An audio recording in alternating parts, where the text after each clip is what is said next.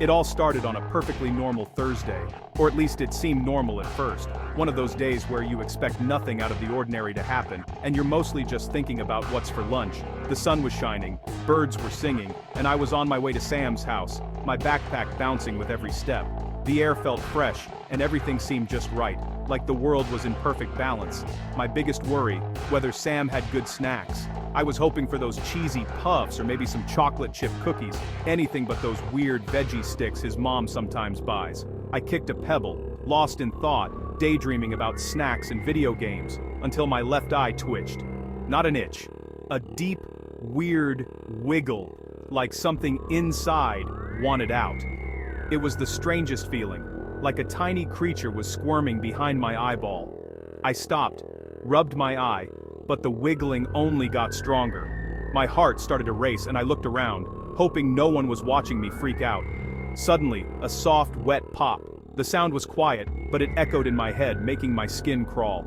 My left eye shot out of my head, just like that. 1 second it was there, the next, it was floating in front of me. It didn't fall, it hovered, staring back at me. I could see my own shocked face reflected in its glossy surface. I screamed and stumbled back, hand over my empty socket. My mind raced, trying to make sense of what was happening. My eye floated, not bleeding, not gross, just there. It was almost peaceful, in a totally terrifying way. I could still see out of it, but everything spun. Then, it changed. The world twisted and blurred, and I felt dizzy, like I was on a carnival ride gone wrong. Slimy green tentacles sprouted, wiggling like worms. They glistened in the sunlight, looking both alien and alive. The tentacles grew, whipping through the air. They moved with a mind of their own, twisting and curling, reaching for something I couldn't see. The eye spun, tentacles flailing, and shot into the sky. It moved so fast, I barely had time to gasp. It flew away like a bizarre, fleshy hummingbird. I watched it zigzag between clouds, growing smaller and smaller until it vanished. I sat on the sidewalk, stunned. My eye was gone. It had flown away. I felt empty, confused, and more alone than ever. My quiet, normal Thursday was over. The world suddenly felt bigger, scarier, and full of secrets I'd never imagined. I had no idea what would happen next. My mind raced with possibilities. Would my eye come back? Was it gone forever? The world had just gotten a lot weirder. Everything familiar now seemed strange, as if I'd stepped into a different reality. I was left with a gaping hole and a million questions. My heart pounded as I tried to make sense of it all. Was I dreaming? Was I cursed? Or was this just the start of something even stranger? All I knew was, nothing would ever be the same. My life had changed in an instant, and there was no going back. My eye was out there, and I had to get it back. No matter how impossible it seemed, I couldn't just let it go. Somehow, I knew this was just the beginning. My adventure had started, and I was determined to find out where it would lead. I scrambled to my feet, heart pounding so loudly I could barely hear anything else. The world seemed to tilt for a moment, and I blinked, trying to make sense of what I'd just seen. My flying tentacled eye was loose, my own creation, now out of control. I had to catch it before anyone else saw, or before it did something I couldn't undo. I spotted it near Mrs. Gable's garbage can, tentacles grabbing cookie crumbs and bits of old bread. It moved with a strange, hungry energy, as if it had been waiting for this moment. With every bite, it grew, now the size of a golf ball, and still swelling. I could almost see it pulsing, stretching its skin as it devoured everything in reach. I crept closer, whispering, "Come on back!" My voice trembled, but I tried to sound gentle, like I was calling a lost pet. The eye turned, its pupil narrowing, tentacles twitching in alarm. It seemed to recognize me, but not in a friendly way, more like a wild animal cornered and ready to bolt. I held out my hand, hoping it would recognize me, hoping it would remember I was its creator. My fingers shook as I reached out, heart in my throat, but it squealed, a high, sharp sound, and shot into the air, dodging my grasp with a speed I didn't know it had. It zipped over the fence, disappearing behind a rooftop, leaving me standing there, breathless and stunned. I felt dread settle in, heavy and cold. What had I unleashed? What would happen if it kept growing, kept eating? This wasn't just my eye anymore. It was something else now, something unpredictable. It was a creature, hungry, growing, and out of control. Each second it was free, it became more monstrous, more dangerous. I realized I was dealing with a monster, and it was my responsibility to stop it. I had to stop it before things got worse, before it hurt someone, or before it became too big to hide. But how do you catch your own runaway eyeball?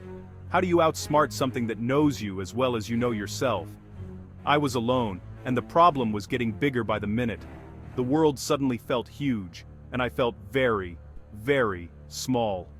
The eye was loose in the world, somewhere out there in the shadows of my neighborhood. And it was only getting started. I could sense it, hungry, restless, searching for more. I had to act fast. There was no time to waste. The chase had just begun. I called the police. Most embarrassing call ever. My eye flew away, I told the operator. 2 officers showed up, skeptical, until they saw it. The eye, now baseball-sized, hovered over a trash can, devouring garbage. The officers tried to approach, but the eye zipped away, ignoring them. Sirens blared as they gave chase, but the eye was too fast. It dove into the trees, vanishing. The police were left baffled.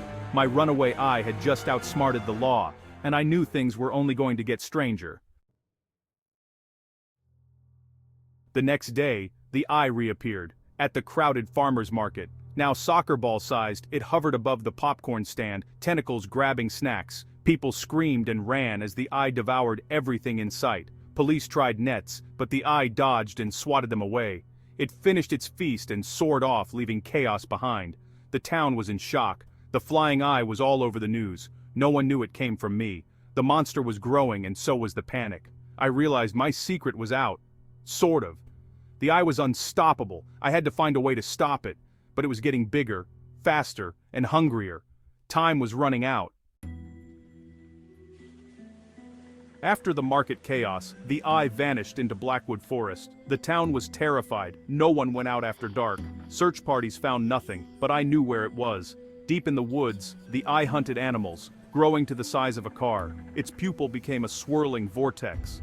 It was no longer just a weird creature, it was a predator. Hikers went missing. The police found no trace. I knew the truth, and guilt crushed me. The eye was smarter now, hiding by day, hunting by night. Its tentacles were thick as tree trunks. The forest was its kingdom. It was growing, learning, and becoming more dangerous. I felt responsible for every terrible thing it did. The monster was evolving. The world had no idea what was coming. I had to stop it, but how? The eye was out of control, and it was only getting stronger. The real nightmare was just beginning. The eye emerged from the forest, now the size of a house, dwarfing everything around it. Its surface shimmered with an unnatural light, casting eerie reflections on the windows of nearby homes. Its tentacles smashed ancient trees like twigs, and its gravity pulled debris, cars, and even pieces of playground equipment into the air, as if the laws of physics no longer applied. A mailman, just doing his daily rounds, became its first public victim, lifted off the ground, screaming, and then snatched and devoured before anyone could react. The world finally realized this wasn't a freak accident or a hoax. This was an attack, and it was happening in broad daylight. The military arrived in force, SWAT teams, armored trucks, helicopters circling overhead, and roadblocks sealing off the neighborhood in minutes. News crews rushed to the scene, broadcasting the horror live to millions. They called it the Orb, the Devourer, and the name stuck. I watched helplessly from my window, my heart pounding, as my eye, my creation, became a global threat overnight.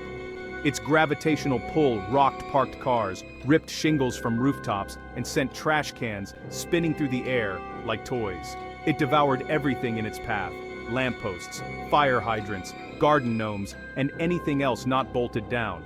The eye was a force of nature, a one-eyed hurricane tearing through the heart of suburbia, leaving only chaos in its wake.